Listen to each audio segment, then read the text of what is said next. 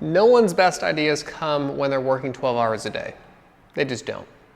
I'm going to try to persuade you as to why recovery and rest is just as important as the work that you're doing.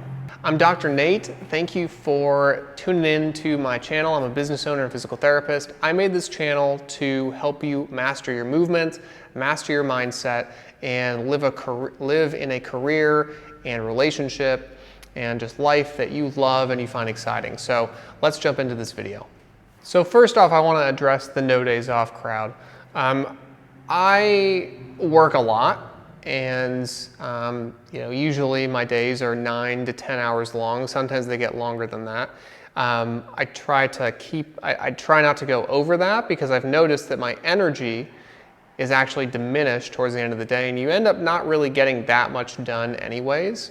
And you're just kind of expanding the time and utilizing Parkinson's law, which says that forever how much time you give a task, you will fill it completely with that task. So ideally, you give yourself very defined time limits on a task to actually get it done, as opposed to saying like, oh, I'm just going to work 15 hours and get this done, when maybe it could have been done in like 7 hours. So really, that's just being about being efficient about things. Again, like I think that yes, sometimes there is a time to sprint.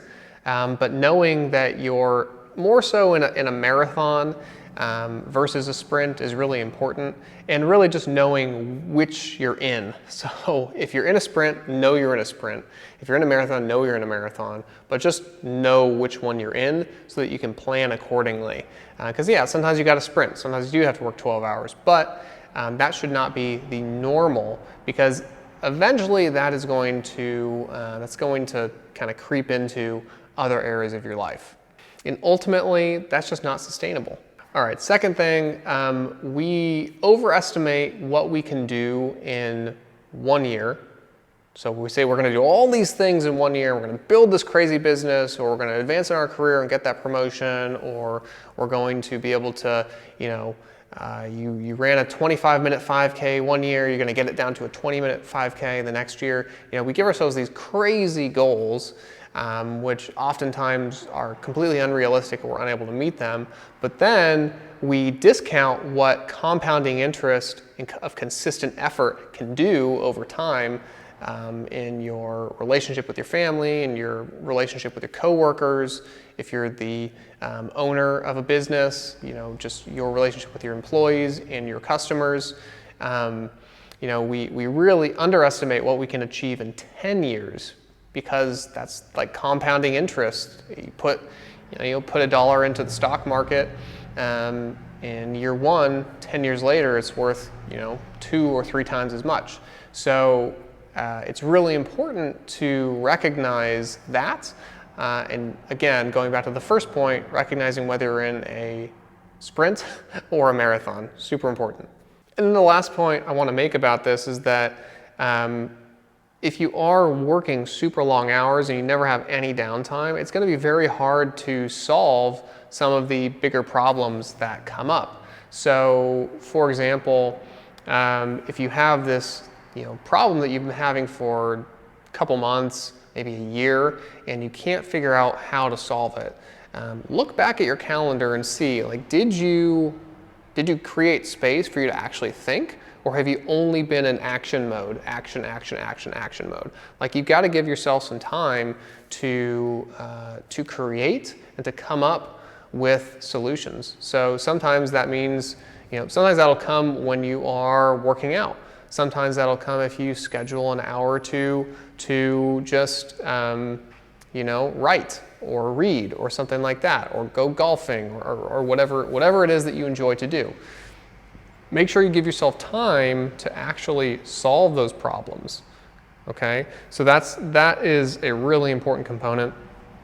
And I think that the rest and recovery side of things is just as important as the work side of things, because it gives us the ability to solve problems, come up with innovative solutions versus just grinding, because you might be putting in tons of effort and seeing really small incremental results. But if you just took the time to just sit and think on something for a couple hours, you might be able to exponentially improve whatever system that you're currently using. So I have a practice of this. I'm not perfect at it. Sometimes I look back and for a couple weeks I've just been like grinding and not recognizing that I'm doing that.